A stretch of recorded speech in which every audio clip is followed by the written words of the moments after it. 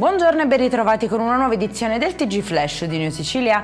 In apertura è stata aperta un'inchiesta sulla morte di un sessantenne deceduto all'ospedale Vittorio Emanuele di Gela. La procura indaga dopo l'esposto presentato dai familiari che denunciano 5 giorni trascorsi in osservazione prima del ricovero in reparto, nominati 2 medici legali per accertare le cause del decesso ed eventuali responsabilità.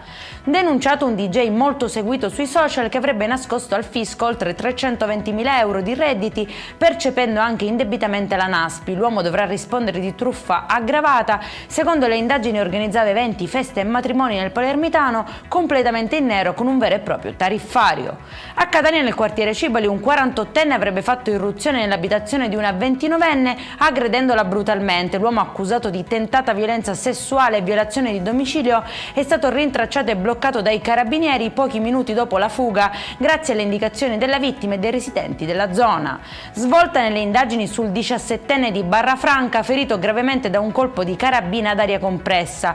A sparare sarebbe stato il fratello maggiore durante un gesto definito goliardico. Il piombino aveva perforato rene e fegato, sfiorando vasi vitali. L'uomo è stato denunciato per lesioni gravissime e porto illegale di arma. E in chiusura paura nel carcere minorile Malaspina di Palermo, dove alcuni detenuti avrebbero incendiato un materasso provocando un rogo all'interno della struttura. Sul posto sono intervenuti i vigili del fuoco per domare le fiamme. Nessun ferito, ma diversi danni e tanta tensione. Per questa edizione è tutto, prossimo appuntamento alle 19:30, buona giornata.